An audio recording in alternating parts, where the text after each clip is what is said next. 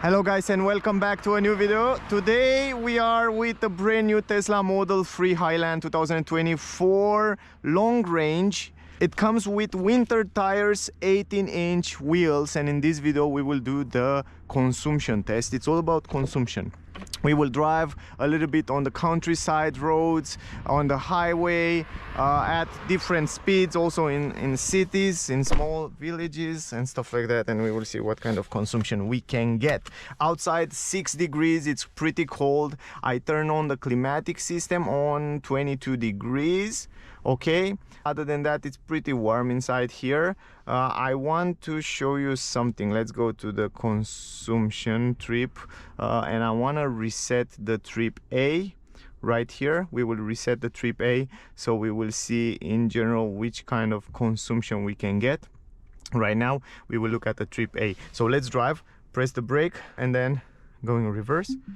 And right now let's go in reverse and let's go out from here. Yeah, if you want to see the full test drive, I have a test drive where I talk about everything when it comes to the car. I mean, I talk about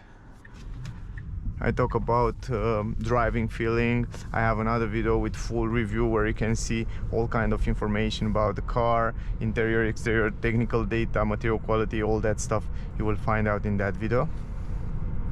Otherwise, enjoy the ride, guys, because right now it's just about consumption, but it's also a beautiful place here to be and to drive in. It's wonderful here.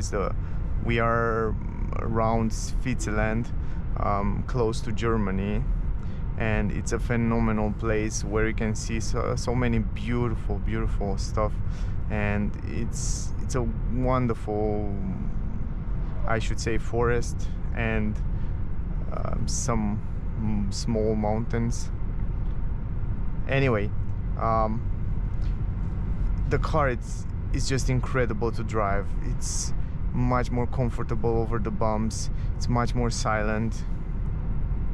It's much more comfortable on those seats. Visibility is the same good as before. The steering wheel, it's great. I love it, everything. The only thing that I don't know, I wish it was a little bit different, was maybe the turning signals.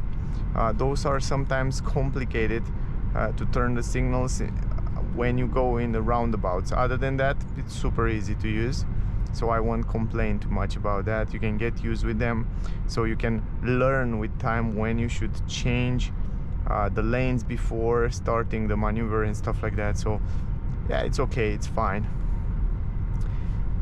We have 30% battery, and with 31 now, it's recuperate a little bit. 164 kilometers we can drive with it, and right here we can drive 100. The car, it stays super good on the road. The handlings are fabulous. They improve the handlings, and not only the suspension are great over the bumps, but they are great also when you drive sporty in curves. They feel super good. I mean, I don't know how they managed to do that, but they set up the car perfectly. The brakes, the pedal feel smooth.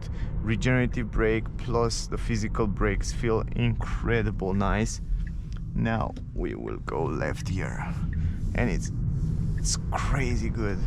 When you press the acceleration, you feel that punch, that push you back. I really enjoy driving the car.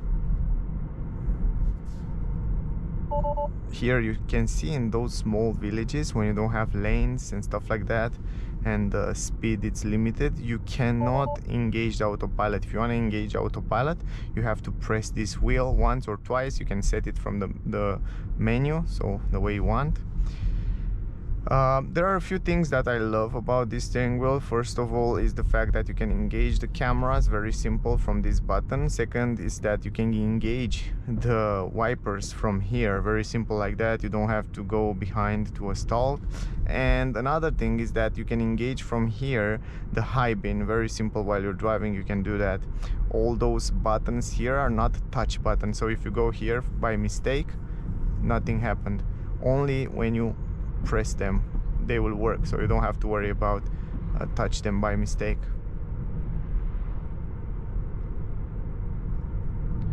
Now here you can engage the autopilot because it sees the lanes, and go down to 50.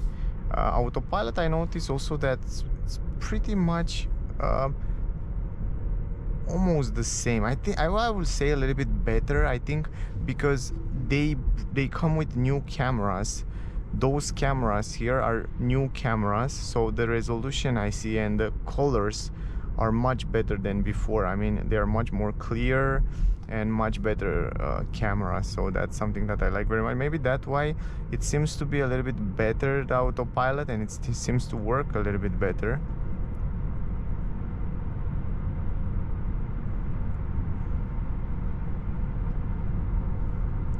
It's really fun to drive it.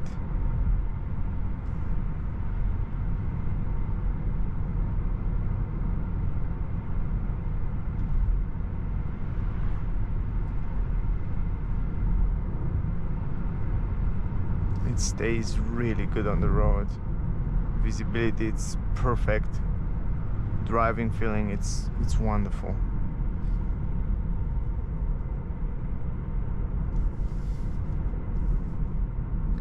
I can say definitely now it's getting closer to that premium feeling of a Mercedes EQS. And also it's getting closer to that sportier performance of an Porsche Taycan that stays really good low on the ground. This one has a phenomenal grip on the ground, and the handlings are much better than before.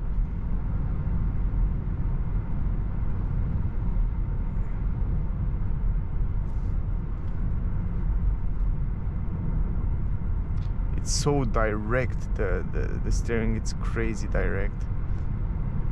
I should say it's even more direct than before. And here we are at, do you know what is this? This is the custom, the toll between Switzerland and Germany. And you have to slow down, and there are cameras around here.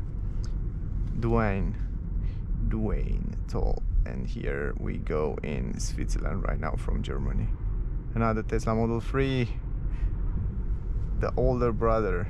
And now let's have some fun in the forest. It's just incredible here, man. I mean, it's so beautiful, these places, and the car, it drives so nice. You can I definitely miss my Model 3.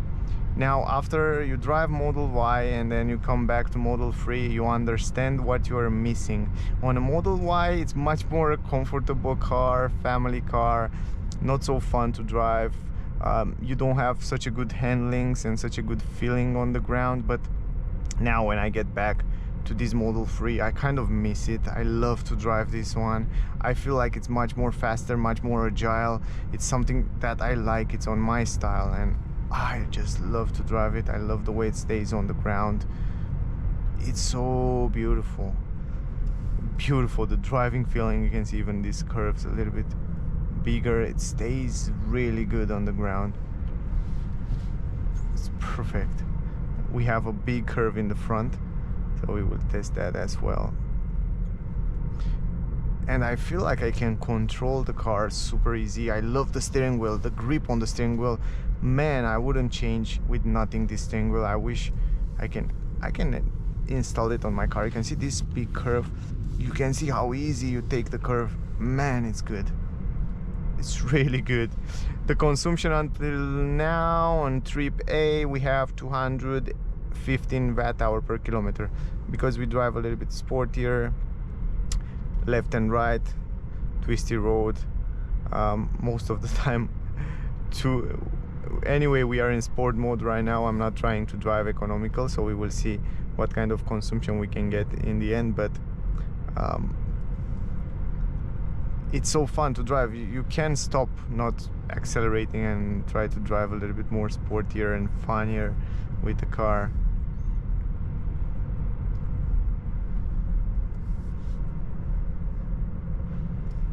You see, even from the low, from the ground, from the tires, the sound insulation, it's better. From outside, because you have double glassing, 360 double glassing around the windows, around the car, it's much more improved.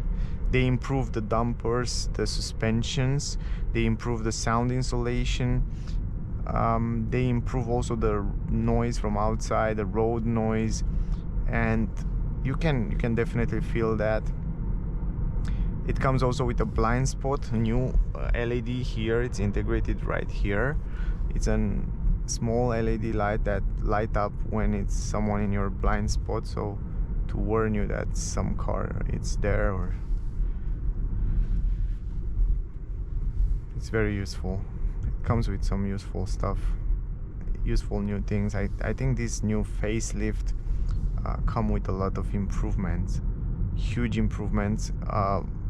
If you look at the car manufacturers, they come with facelifts and the changes are so minimal, a little bit there, a little bit there, a little bit there. But I feel like this Tesla Model 3, this facelift, come with so many changes. It's almost a brand new car. The front is different, the back is different, the interior is different with a lot of different design and different materials, and ambient light and ventilated seats, new seats inside. This is basically, I think, another car. Better insulation, better suspension, better aerodynamic.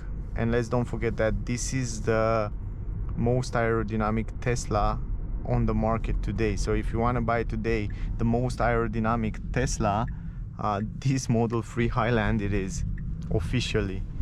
And if I'm not wrong, it's one of the most aerodynamic car in the world. Here you can see from 60, if you want to accelerate, to 80, no problem, so smooth. We have like 168 watt-hour per kilometer. The consumption is going lower, so that's nice. But we can drive a little bit faster, like go to 80. Here we can drive 80. It's a perfect weather to drive and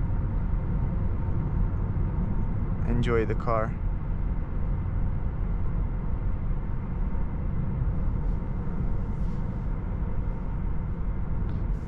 Of course, this car comes also with Autopilot, and it has all that enhanced functions.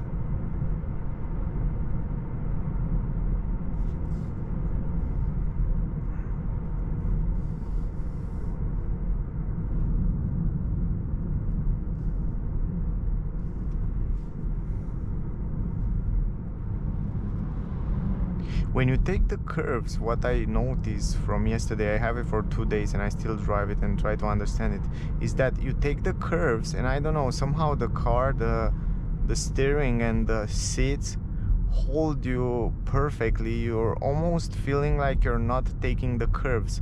This is happening also most of the time when you're driving a super high class car, like in most of the top of the range Mercedes cars. You feel that. I mean you take the curves but you still feel like you're staying in the same position. You feel like you're not taking the curves, right? So this is something that start to happening also here, at least at yeah, I should say not huge curves, but somehow a little bit bigger than this one. For example, here you don't even feel like you're moving. You're staying on your seats just perfectly. I mean, for me, the seats and the position is just perfect.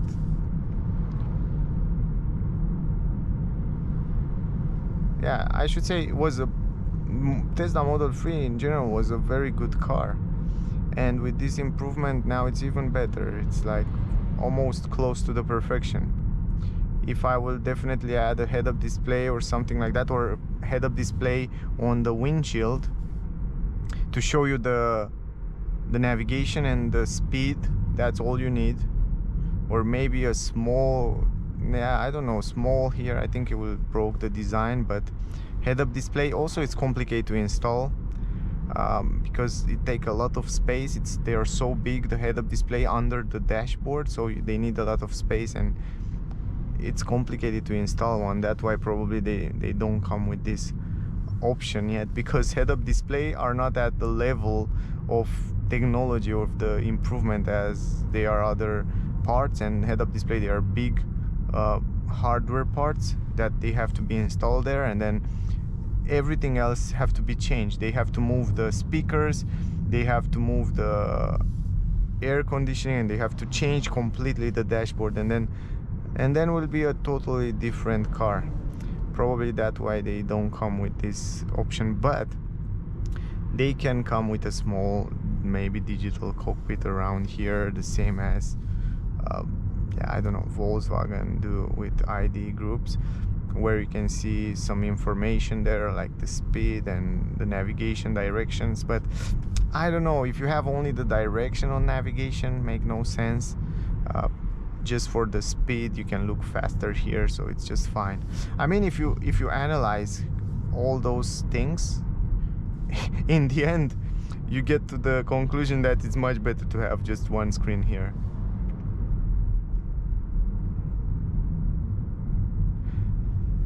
But in the future, if the head-up display will evolve and they can manage to make something small like a projection or stuff like that, or to put like a projection behind here to project on the windshield, that would be fun. I mean, to see all the information, that would be something.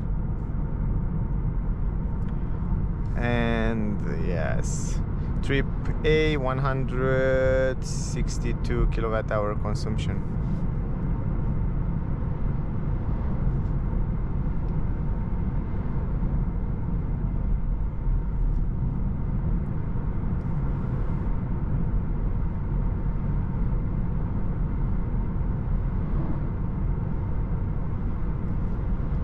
Can activate Autopilot from here and just drive the car like that, and the car will drive itself. I will have the hands here for safety, but it's doing the job automatically.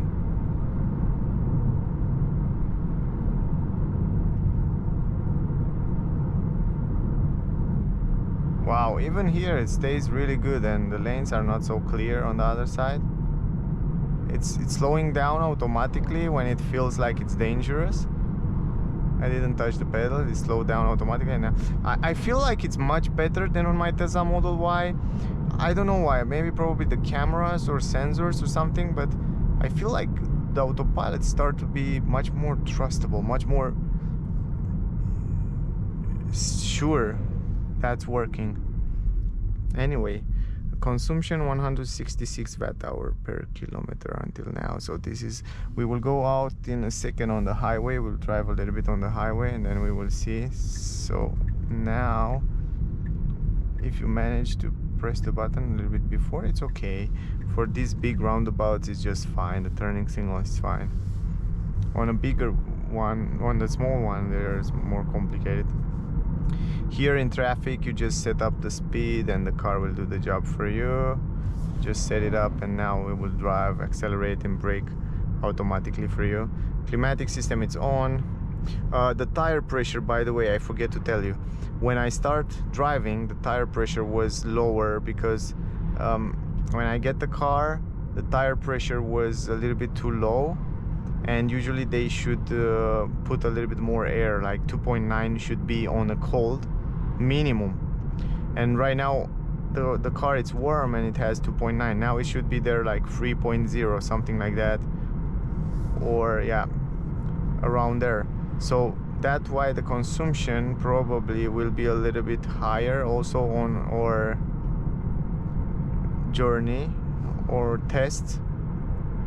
So you have to take this into the consideration. But I know the Model 3 have a super good consumption normally, so until now we have 170 watt-hour per kilometer. It's going lower.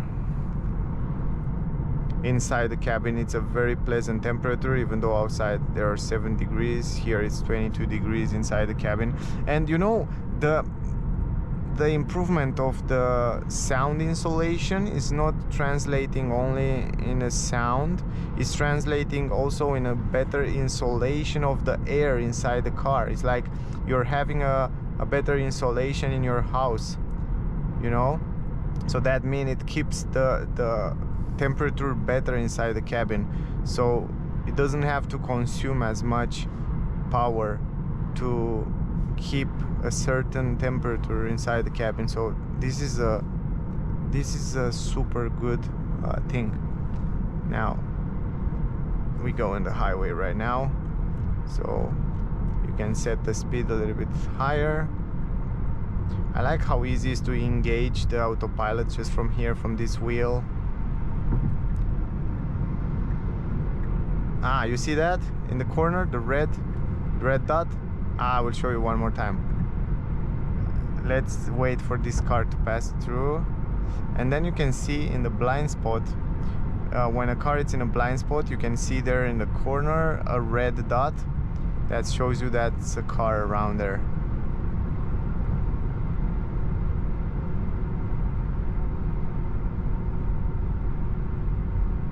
We will go now on the highway and then you will see that.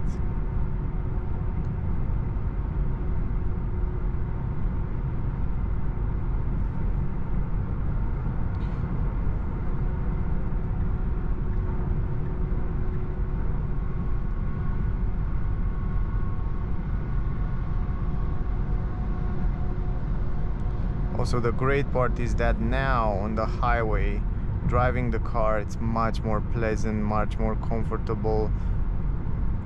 It's really nice to be inside. I mean, it's a pleasant, comfortable ambience, and also over the bumps it feels much better.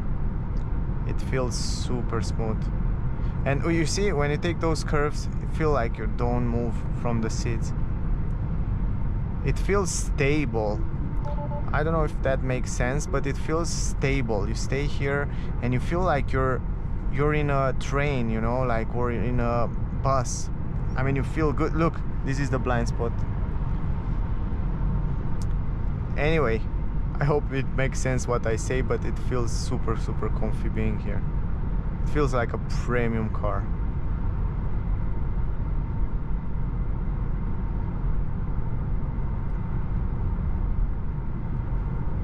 Now we can drive a little bit faster if we deactivate this, so we can see also we can test also the consumption in at higher speed, and will be a nice mix of low speed with high speed. So we can set it at 120. So we drive also at this kind of speed. 177 watt-hour per kilometer until now is the consumption. You can see the Alps, the mountains in the front there, they are beautiful with snow on them. In the autumn it's so beautiful, the views are incredible.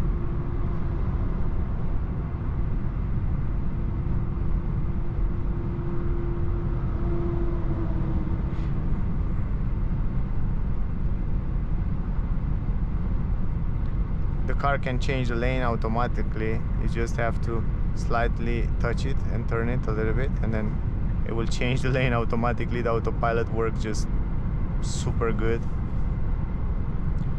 Consumption stay at around 177 watt-hour per kilometer. Yeah, probably consumption should be around 160 there, probably because the tires are not inflated properly, and probably because it's cold outside. We keep a good temperature, but I think this is the main reason why the consumption didn't want to go lower, but we still have this highway speed. Man, the most impressive is that even if we have those, actually let's go here and let's talk a little bit about the car. Even if we have those winter tires, it's incredible how at 120 km/h speed the car is managing to have such a good sound insulation inside the cabin. Yeah, I guess that was the consumption test. I hope you get some useful information from here. The consumption was around 172 watt-hour per kilometer. Probably, I tell you, because of the pressure in tires, and I don't know, but usually if the pressure in tires was better, should be around 160 with high speeds and some sporty driving and stuff like that. And also because we have winter tires, when you have winter tires the consumption it's much higher normally. But in general, that was the video. If you look at, since charging the car 180 kilometer, it's around 177 watt-hour per kilometer. So that's because of the tires and probably because of the pressure, but I'm not sure about that. We have to test it more and more, the car, but I think without the climatic system on and with some more tires you can get super good consumption. But yeah, that was the test. I hope it was useful for you guys. Don't forget to like, share, subscribe. Also, if you want to buy a Tesla, no matter which model, I will leave the link in the description, the referral link, and also on the screen. If you want to use it, you can use mine. As a general information about the car, I think it's a phenomenal car. And about the consumption, because this video is about consumption, I can say that I think it's fine for what this car offer. And you see here 25% mean 136 kilometers left. So yeah, I will do more tests. I will do a separate video where I try to see what will be the real range. I will try to drive the car with the full battery through almost zero, so we can see what kind of range we can get from the car. Anyway, that was the video. I hope you enjoyed it. Don't forget to like, share, subscribe. Thanks a lot to all of you guys. See you soon in the next one. Bye.